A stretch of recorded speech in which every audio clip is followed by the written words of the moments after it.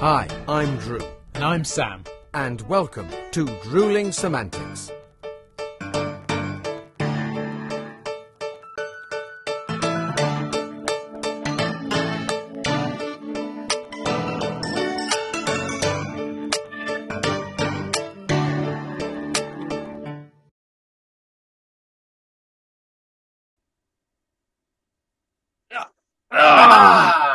There he is. Good morning, babe. Hello, How are mate. you? I'm good, thank you. How are you? You're looking bright and perky. Yeah, well, it's been a long week, as you're well aware. Long week of I rehearsal. bet it has. But I'm feeling fresh. I'm feeling excited. Tour starts next week, so yeah, good and ready to go. So the brightness must be part exhaustion, part excitement. I don't know, but yeah. Always better when you're working, isn't it? All these things, everything, all the problems kind of just go disappear, and Yeah. you're just working and you Something get your to head on. focus on. I've been building and getting the space ready for shows which start Of course, 'cause imminently. it's Easter week, isn't it? Coming up. Easter week, yeah. So yeah, you are back on the grind at the watermill again. So Absolutely, yeah. Which has exciting been great. stuff. I'm looking forward to it. Good. Now we need to deal with a slight elephant in the room. And ladies and Explain. gentlemen, watching or listening to Drewling Samantics, I'm not referring to the fact that my partner in podcasting is a million years old and has grey, wrinkly skin. No, I. Sorry, I don't know where that came from. That was a bit mean, actually. But no. Slightly worried, but carry on. What? Yeah, deal with your picture settings on Zoom because you're looking a bit pale, mate. No, essentially, anyone that is eagle-eyed, we're obviously about to introduce you to a fabulous guest this week, and those on YouTube may go, "Well, hang on a second, the lighting looks slightly different. Sam's beard's a bit longer. What's going on here?" Now, we recorded with our guest a few days ago. Had an amazing recording. And he had some incredible news. He was about to announce something very special. But at the time of recording his interview, he couldn't talk about it yet.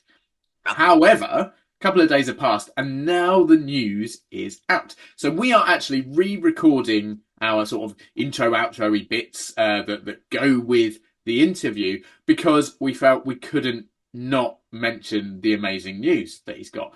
So, in a minute, we'll introduce you to our guest, but obviously stick with us because after he's gone and after we've talked about him not being able to tell us something, we'll then be able to tell you something. Did that make any sense whatsoever? I think the best thing is we'll introduce our wonderful guest. We'll go through his wonderful interview, and then we'll clear up any little bits and pieces at the end. But Right. we can, what he won't reveal coming up, we will reveal. So it's worth sticking with us because we'll answer all your questions at the end. But it's like a whodunit. It'll be like a, what is he going to do? Yeah. But yeah, so for anyone that I've confused further, I apologise. It will all make sense. But in the meantime, ladies and gentlemen, please welcome the wonderfully talented and just the nicest guy in the business, really, Mr. Leo Abad. And what a wonderful sight it is. Mr. Leo Abad is joining us at Drewling Samantics. I haven't seen you, mate, since a couple of Christmases ago. How are you, buddy? Good to see you. Yeah, I'm great, thanks. Nice to see you again. 2022, I think that was the last time we worked together. So yes, rub it in, mate. Remind me just how long ago. But Leo meet Drew, Drew meet Leo. Drew being my podcasting partner in crime, and Leo being a man who upstaged me in the theatre numerous times. So, but yeah, no, honestly, Leo, it's wonderful to see you. Thank you so much for agreeing to come on the show and to chat to us, and obviously for all our wonderful listeners and viewers. But they, of course, don't necessarily, unless they've seen you on your most recent tour, and we'll go into that in a bit, they may not know who you are. So for anyone that is currently listening or watching, can you give us a bit of an intro to who is Mr. Leo Abad? Hello, my name is Leo, and I graduated last June in 2023, June, July, and I'm currently a working actor in musical theatre, mostly musical theatre. Beautifully succinct, Leo. I mean, we're going to expand on that now because that certainly isn't just what you do. That is so oversimplified. The one thing is, I have to say, if you're watching this, you have the joy of seeing one of the biggest and brightest smiles I've seen for a long time now. And also, I mean, if you're listening to this, you're going to miss this, but that smile is backed up by the fact that you are, as you say, you very simply put it, a very busy working actor. But let's go back a wee bit, because I know you're on tour at the moment, but you graduated last year in 2023. Where were you? Where were you training, Leo? So I trained at Laine Theatre Arts, and I did 4 years at Laine. So I'm going to guess then, and it's something that we haven't had an opportunity to talk to anyone about, and I hope you don't mind me, because it's obviously a difficult time, but you would have been affected by who we affectionately known as the unwelcome guest. How did that interrupt and that period of lockdown? How did that interrupt your training? What effect did that have? And have you got over that? Has it been a lasting sort of inheritance, for want of a better word? So the unwelcome guest has affected us in many ways, but we still kept going as a college, as people, So I did a foundation course at Laine when I trained there, and then I think it happened. Yeah, it happened at the end of our training. So that was when we were supposedly going into other drama schools and auditioning for, to get into a full year course, the 3 year training. And yeah, it was quite difficult. It was quite strange and really saddening as well, because obviously we didn't really end on a good note in a way. So that was a bit of a kind of confusing time.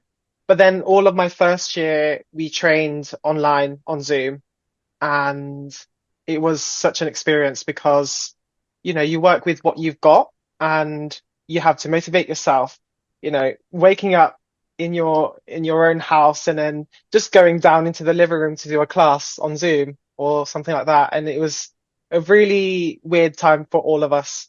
So I think it was a training that I don't think anyone would ever have had who has gone through drama school, and it's just really interesting in that way.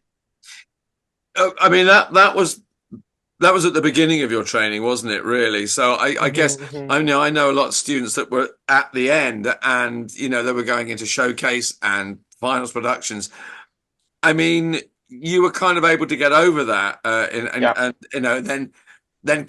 coming all together after that for training, and then going saying, I met you online, and so I'm in the same studio as you, the same rehearsal room. That was obviously a bonus, but I can only imagine for people coming out, and I've spoken to people and worked with people that graduated during that time, doing showcase online and recording, audio tapes, etc., and sung voice reels and things like that, that for people was very tough. But it hasn't slowed you down, because you are full steam ahead now, and you've had the inestimable pleasure of working with Sam Dunning in pantomime. Wow. And now you've gone on to tour, and so tell us, what are you touring in at the moment? What are you doing at the moment, Leo? So I'm currently in Shrek The Musical, UK and Ireland tour. Woo! And I play the White Rabbit and other ensemble roles. And yeah, we've been on the road for 7-8 months now. Wow. So we're coming to the end of it very soon. But yeah, so I graduated and then went straight into rehearsals for that. But yeah, as you said, I think the unwelcome guest, sorry, hasn't affected us as much because, when we were training, like second year was the peak of our training. We were back into like studio training, in person with our visors on as well, which is really strange. So second year into third year, all fine for us, luckily.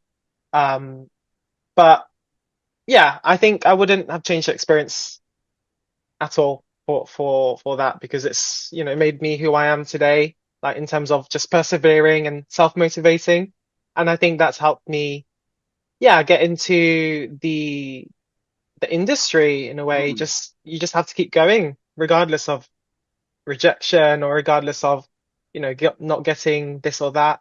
So Wow. it's a I mean, journey.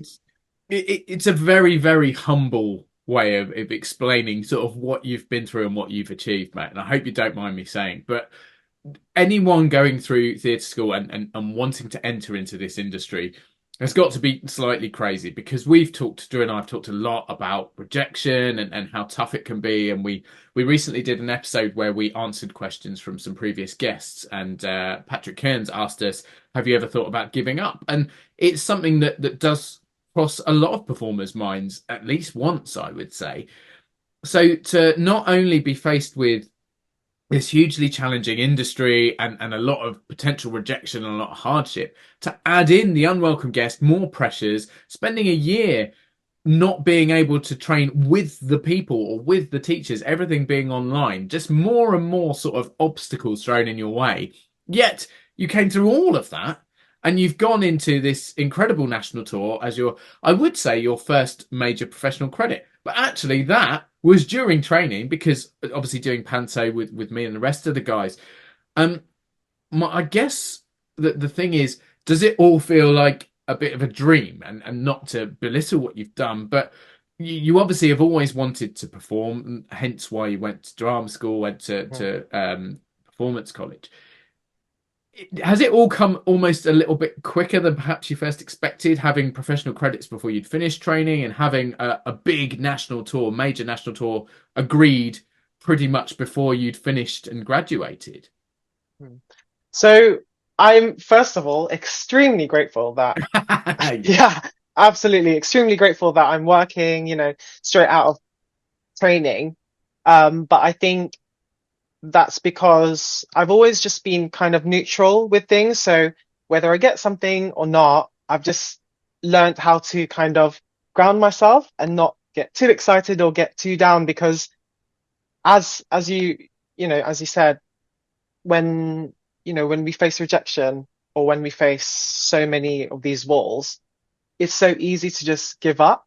But with this Yeah. industry, we just need to keep going and we just need to persevere. And I think that has helped me in terms of, yeah, just getting straight into work. I will say as well, there are times as well where you give up or you think about, oh, is this right for me? Is this the right career? And especially in second year, I'm not sure if you've heard of the second year blues, which is quite common with most people. I had that big time because I did essentially 4 years of training. So when I was in my second year, it felt like my third year already. Right. And I felt so, I don't know, there was a lot of things that kind of pulled me back, but that helped me, like slingshotted me all the way up to my potential. Because I guess I'd say I reached rock bottom and I was just so fragile and I just felt so a bit lost in second year. Because, there's a lot of talent everywhere and, you see these people and it's incredible, but at the same time, you just think, what am I actually good at, or what's my strengths and weaknesses? But that's when I got through that, I just kept going. And even on this job with Shrek, sometimes you get imposter syndrome, especially in just different jobs, you get imposter syndrome. And what you got to remember is you're there for a reason and you're there because people want you. Cool. And yeah, you deserve it because that's why you're there.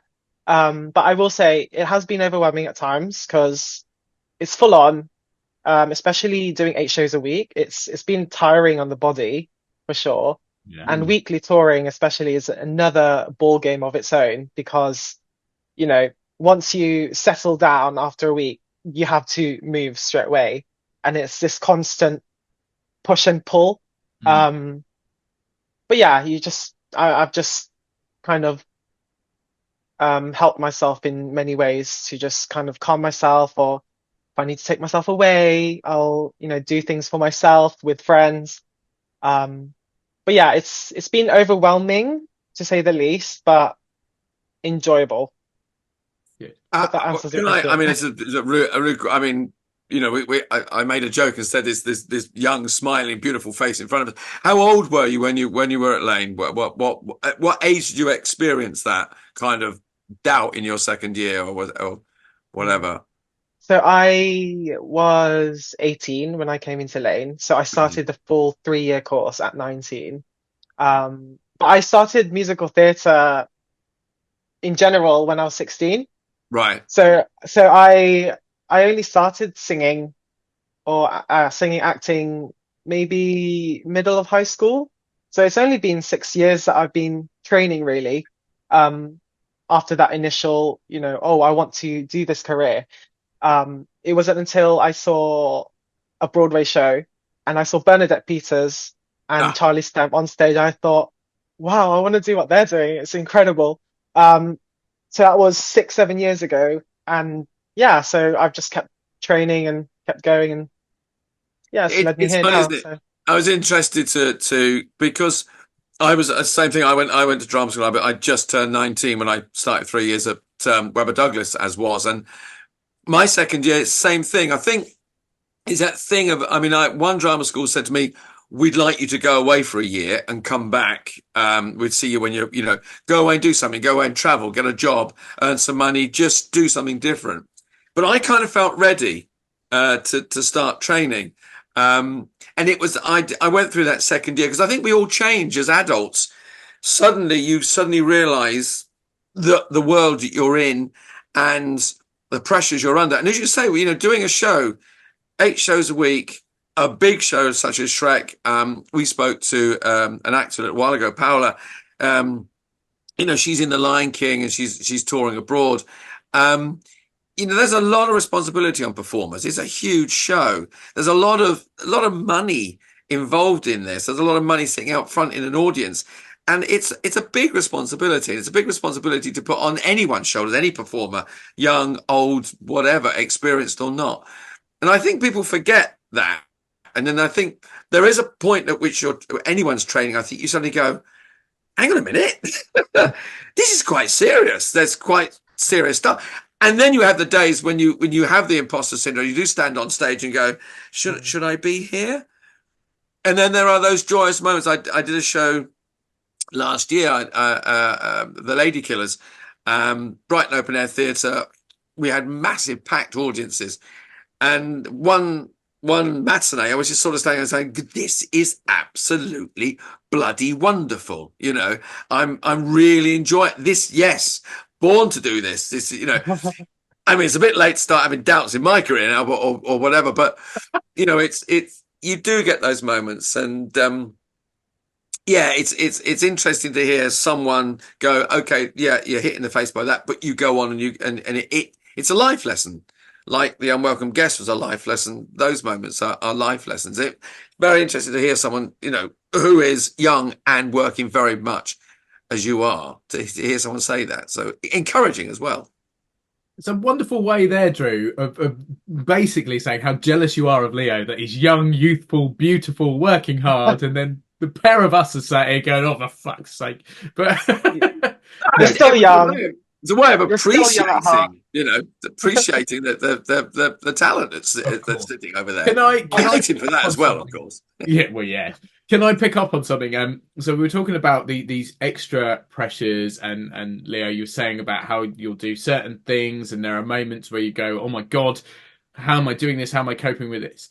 Those are things that you've had they happen, and then you go, "Right, I've got a bit of time to work around, or a bit of time to know how to deal with that scenario." But you are also no stranger to, shall we say, being thrown into scenarios where you haven't got much time to prepare or to deal with things, because the unwelcome guest was it's never gone, and we know it will always affect us, and it's still there. But when we did panto together, it had sort of eased off a bit, but was still very, very prevalent in theatres and in the performance world. And we were sort of hit by it at times, or there were elements where people would get ill during. And there was a particular moment where our leading man, very unfortunately, got quite ill. He managed to make it through a couple of shows, and big props to Tom for getting through. If you're listening, mate, well done. But there were a couple of occasions where he was just too poorly to go on. And at that time, the company we were working for didn't have understudies. So they had to pluck someone from a different role, throw them into the spotlight and go, by the way, tomorrow morning, 10 o'clock or whatever it was, 11 o'clock, you're on. Do you know anyone that went through that, Leo, particularly? Me, this guy. Hey! How was that? Because you were literally given, it was a day's notice, wasn't it, that you'd be going on? Yeah, so I think because our fellow actor, he felt unwell. I think it was like 2, 3 days before, or just, you could kind of see it. And you just think, obviously we didn't have any understudies. So it was just like, oh, like, what can we do? And, as a person and, a performer, or if you're part of a show, I think you have a responsibility to uphold it. People have paid for the seats. I think, yeah, one of you guys mentioned about, I think, yeah, it was Drew that said, audiences have paid and, they paid to come. So obviously we're only human, and if a show gets cancelled, absolutely fine. A show gets cancelled. But if there are ways that can be done, then you should absolutely go for it, because, it's all about just perseverance and just teamwork to bring a show, because that's what I think theatre is, a community, and your storytelling as well, but it's also that community base. And so I just thought, and a few of us thought as well, that we should just keep it going, like, what can we do? And I think I was the only castable person for that role, bar another person perhaps. So I took it upon myself to just kind of learn a bit of the script and just pick it up and just trust myself as well with learning that. But knowing that I had no pressure to do it, because I did have the option of, if we have to take it off, then we have to take it off. But yeah, I took it upon myself and just thought, actually, it's a good challenge. I do love a challenge. And if I can do it well, I'll give it a shot, because, you never know until you try. So I think it was more of I really do want to try it kind of attitude, as well as, oh goodness me, like they've just thrown me in the deep end. But yeah, I learned it, and the cast and the production were just so helpful in helping me feel at ease and absolutely doing what I can.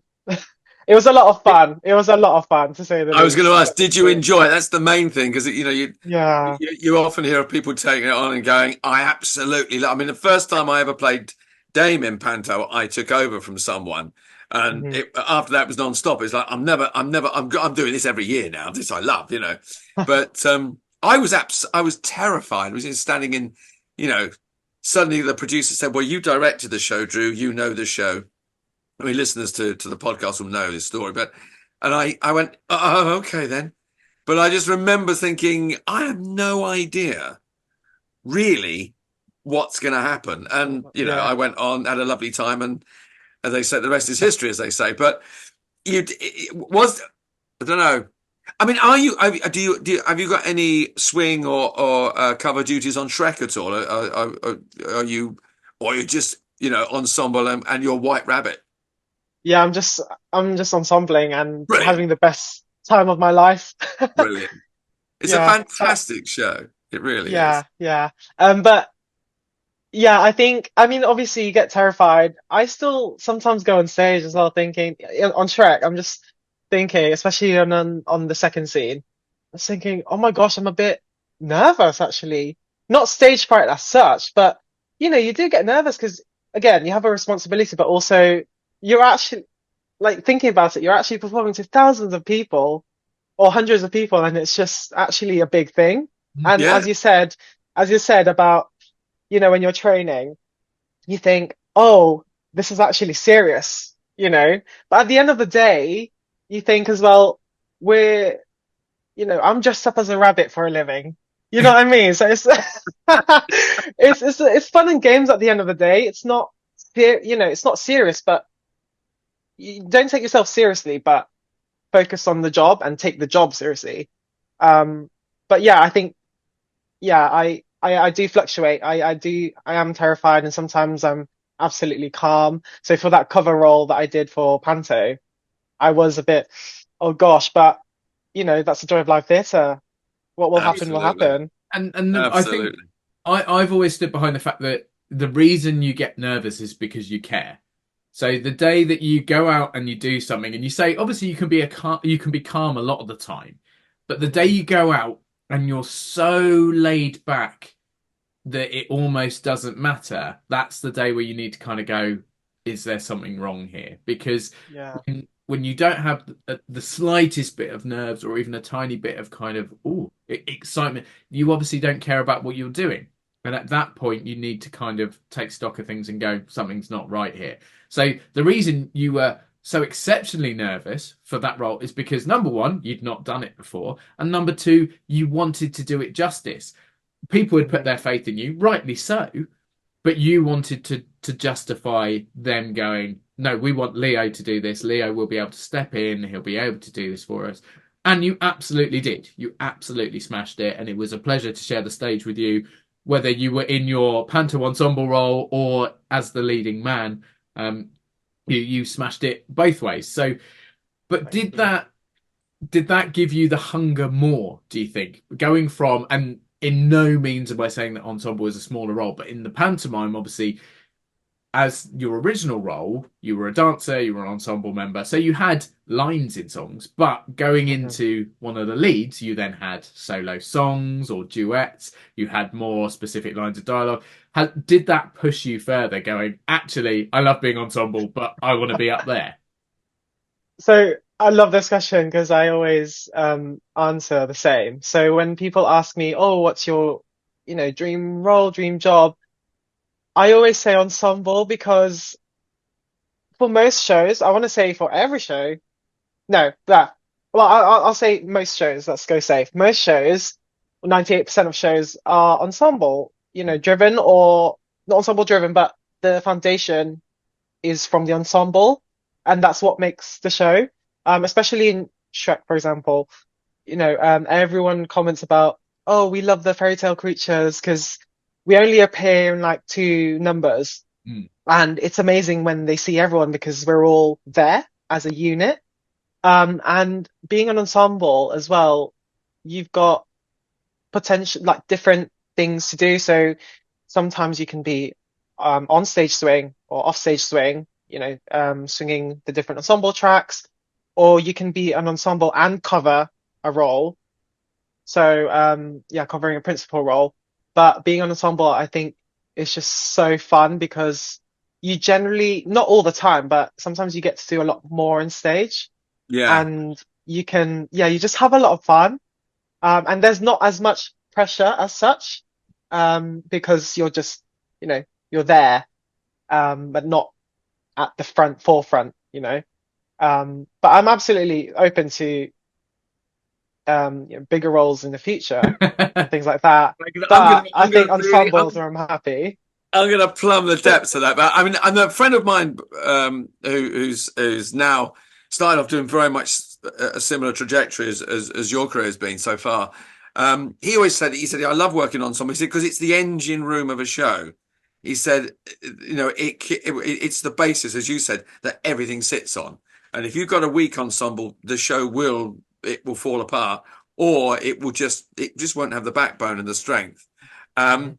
But you said, there are, you hinted there might be other roles in the future. I mean, what would you say your major discipline is? I mean, or is there something you'd like to stretch further, and go, actually, I'd like to develop into that, maybe even, I don't know, direct, choreograph or something. Is there Mm. is there a long-term Leo plan, or is there kind of, let's see what happens and take it easy, as it were, take it gently, rather? Yeah, so I think there are so many great opportunities with this industry, There's so many great trajectories you could go to. I Yeah. have thought of voiceovering maybe at some point in my life, film, TV as well. I'd love to give that a shot. So I'm just really open to anything really. I have choreographed, especially during, the unnamed guest. Yeah, welcome guest. Yeah. When they came along, I choreographed a few things just for fun in my in front of the house garden, and I had a lot of fun doing that. So I think wherever the wind takes me, and Amazing. for how long I work as well, Yeah. being a performer, yeah, just see what's out there. I do love teaching as well, so I think that could be a potential. Cool. Lots of different paths you can go down, but I anticipate that you may not be able to answer my next question. But is there something in the very near future that you already got planned? Is there something coming up? Because you say the tour finishes in about 4 or 5 weeks, doesn't it? Shrek Yeah, End. 5 weeks. Yes. Yeah, in 5 weeks' time in May. Do you have something in the pipeline? Can you talk about it? Can you hint at anything? So at the moment it's on the down low, but yes, I knew it would be. I'll be currently doing something incredible, and so you guys have to just keep an eye out and watch my space. So Oh wow! What it's you're gonna be fun. basically saying, Leo, is that you're going to go straight into another job. You're not going to be unemployed, and you're basically saying, "I want to come back on and tell you about that in a few weeks' time." That's Absolutely. what you want to do. You just want to book a space and come back, and we would be delighted to have you back. Exactly. Yay. Yeah. We'll Love celebrate that. whatever it is. We'll celebrate that with you. Brilliant stuff. Brilliant. And congratulations, by the way, Yes. because we talk about how difficult the industry, and it absolutely is. So for someone who has gone through training that was heavily affected by the unwelcome guest, was doing professional credits, including jumping into Leeds before they'd finished training, had agreed a massive national tour before they'd finished training, has now finished training, has almost completed their first national tour, and already has another massive credit lined up. You're not making it look very difficult, mate. You're kind of the epitome of, wow, this is easy. I'm just going to keep smashing it out the park. But no, huge congratulations, because I know Thank you both. we're all aware of how Yeah. hard you've worked to get where Thank you you. are. Now, speaking of working hard and getting where you are, we know you've got to run off because you're nearly open at the new venue, which you've got an eight show week again coming up. So we appreciate you giving up your time. But before you leave us, you know what's coming, because I know you've seen episodes of the show. Could we please ask you, Leo, for a little story, an anecdote, or a tale, or something about your short but hugely successful career that will leave our guests shocked or laughing, smiling? Just a little story you can give us to finish up on. Have you got something?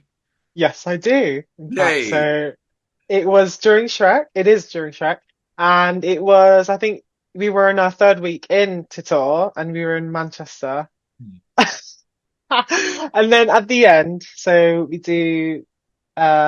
This is our story, which is right before the finale. I'm a believer, and no spoilers. And so I do a squat to lift someone up, and as a rabbit, my trousers, they're made of not well, a particular material. I think it's like suede, or it's got multiple materials on it. So when I did a squat, I heard a big rip. So what happened was, yeah, the back of my trousers basically just all kaput, just ripped out. Wow. Okay. And that was really embarrassing. Luckily I had my long jacket on, so people couldn't see it or anything. But during the because we go straight from that into I'm a Believer, we so we do a little dance section, and I went off, and then one of the stage crew were like, Leo, you can't go on, because it was The everything rabbit's was ass is on full display, basically. and so then I just waited for a bit, and then I went for the very end where I bowed, where I didn't have to turn. But yeah, that was such a great moment at the beginning of tour as well. Right. Never will forget that. Well, I guess in a way, at least you got the mishap out the way early doors. Yeah. 'Cause I'm sure My many advice others is- have had. Go on, sorry. My advice is wear safety pants always, because I didn't wear mine, and you should have, and I didn't know. So wearing Wow. safety pants at all Oh, shows. that story could have been an awful lot worse then, really, couldn't it? Wow. Brilliant. The bare bottom of a rabbit nearly stole the show at Shrek. No, Leo, honestly, mate, it has been wonderful catching up. As I said earlier, it was a pleasure to share the stage with you when we worked together, and it is a pleasure to share the airwaves with you as well here on Drewling Samantics. Please, when you can announce and when we find out what you've got coming up next, please do come back on. We'd love to hear some more about the next show, tour, whatever it is. I know you can't say. But equally, we wish you all the very best and hope that your career just carries on this high that it's already at. So thank you so much. Thank you. Oh no, you're more than welcome, mate. And it's been a pleasure to have me on board here at Drewling Samantics. So bless you. Yeah, it's an honor. Thank you, guys. Thank you, Leo. We know it's the peak. You may have never been out of work, but we know coming on here tops everything. And what more could you possibly want? I mean, you could probably retire now. You've done a national tour. You've been on Drewling Samantics. Stole the show at Panto. There's nothing else to achieve, is there? No, it's been brilliant, mate. Thank you so very much. Take care of yourself, and good luck with the next one. Yeah, enjoy the rest of the tour, Leo. Thank you. Come and watch Shrek. Come and watch Shrek. Oh yes, of course. Sorry, we should say right. So we're coming into April. Can you remember all the venues you've got in April? Yeah, so we've got Belfast, Birmingham, Derry, and then we've got Northampton and Canterbury. So we've got 5 more venues. So please come along. And Shrek is also coming to London in the summer as well. Intriguing. But yeah, so if you haven't had the opportunity to see the show, it is fabulous. I mean, lots of films have become musicals and musicals have become films, but personally, this is one of my favourite adaptations, particularly as it's gone from animation to musical. I think it's a stunning show.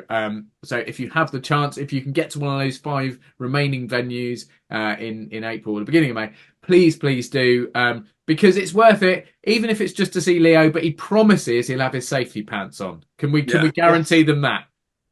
Promise, pinky promise. Just keep an eye out for the flashing bunny rabbit. Yeah, exactly that. Leo, thank you so much. Before we say anything dangerous, let's go. Thank you, mate. See you soon. Take it easy. Take care. Bye-bye. And there we are. What did we tell you? One of the nicest guys you could wish to meet, with the biggest, broadest, most wonderful smile I've ever seen. And it was just the joy. I mean, that smile lights up a room. But isn't it? It just goes to show. I mean, obviously, we will reveal the great news that Leo has, but also that smile. There's someone who is just loving life and what they're doing, and as we say, with very good reason. Very good reason. Exactly. He is an absolute pleasure to work with. He is just a joy to be around. He's got this, as you said, amazing smile, which is massively infectious. You can't sort of feel down in the dumps if you're working with Leo, because he's brilliant, but he is immensely talented, properly triple threat. And yeah, I mean, it's. Am I a bit jealous? I think I probably am, to be honest with you, Drew. I mean, so this lovely man who you can't help but like because he's so lovely. Yeah, was in a professional pantomime before he'd finished his training, right? With you, including with me, which isn't necessarily what anyone wants to set their sights on, but who knows? True, but bonus. Soldier on. Yeah, he also, despite not being an understudy or having learned the extra tracks or whatever, or being he stepped in to cover a leading role in said panto. Again, while he still hadn't finished his training at Laine. He finishes his training at Laine, comes out with amazing qualification as expected, goes straight into an enormous national tour of Shrek, which is one of the biggest musicals going, as an ensemble member. Absolutely smashing it, brilliant. You've got to go see it if you haven't. As we said, go see Shrek. There's a few dates left. It's such a stunning musical, and Leo obviously is fantastic. And now, having a couple of weeks left of Shrek, The second he finishes Shrek, within a day or two, he is going into, and here's the announcement, ladies and gentlemen, Leo Abad is going to go in and be an ensemble member and an understudy in Hello Dolly in the West End. I mean, so you can kind of see why I'm a little bit jealous.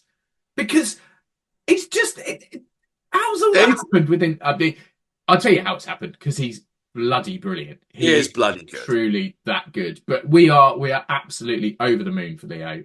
So yeah, huge congratulations. Go and see him in Shrek.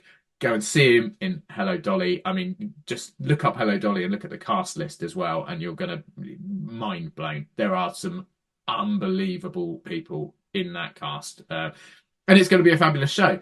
And Leo's going to be part of it. So yeah, I mean, it's jealousy, because obviously I'd love to be doing what he's doing, but equally there's an element of pride and massive amount of happiness that a colleague of mine, this young lad who's just literally out training, is absolutely smashing it. So, and equally, what an incredible guest he was as well. Brilliant, so passionate, so fun. Yeah. We are very lucky. I mean, we continually do it. We just get great guest after great guest after great guest. Well, it's very gratifying. Very gratifying. But I mean, what do we do, mate? Because like he's brilliant. Where do we sit in this whole realm of things? Now, Sam, I want to point out something here. We have a particular skill, and we're quite good at this podcast lark now, because we've done 1 or 2 episodes. Yeah, we're getting better, but we have a particular skill. We make them look good. Right. Okay. That's our talent, is it? Making other people look good. We make them look. Well, I'm going to twist the screw here then. So, you said our talent is making others look good. Fine. Next week, mate, is our last episode of this season before we go into the best ofs, which people are very much looking forward to, of course. But next week it is just us. So if we haven't got someone there to make look good, in fact, here it is. Over to you, Drew. Tell people why they should tune in next week, despite the fact we haven't got someone to make look good. Go. Obviously, what you're asking me to do is make us look good. Yeah, I mean, right then, you should be quite good at. Right. Well, here we are, ladies and gentlemen. Next week is the final episode of, get this, season 10 of Drewling Samantics. Then we go into the best of season 10, and boy, do we have some best bits for you. Us. Obviously, you have the extraordinarily talented young performer you see there in Mr. Sam Dunning. You have the older, greyer, wizened, but ground down with experience, Drew Fettis. We're going to bring you an episode that I can only say will be full of surprises, will be a discussion, nitty-gritty of the business, put a few smiles on your face, and leave you wanting more. It will lead you seamlessly into the best of our guests and the best of us. What can I say? 13, going to be lucky for you. Thank you very much. Oh, and on that note, let's not try and add anything else. Ladies and gents, thank you for joining us today. Thanks again to Leo for being such a fabulous guest. Congratulations on his news. Well done, mate. Other than that, mate, I'll see you next week. See you next week, Sam. Cheers all. See you later. Bye.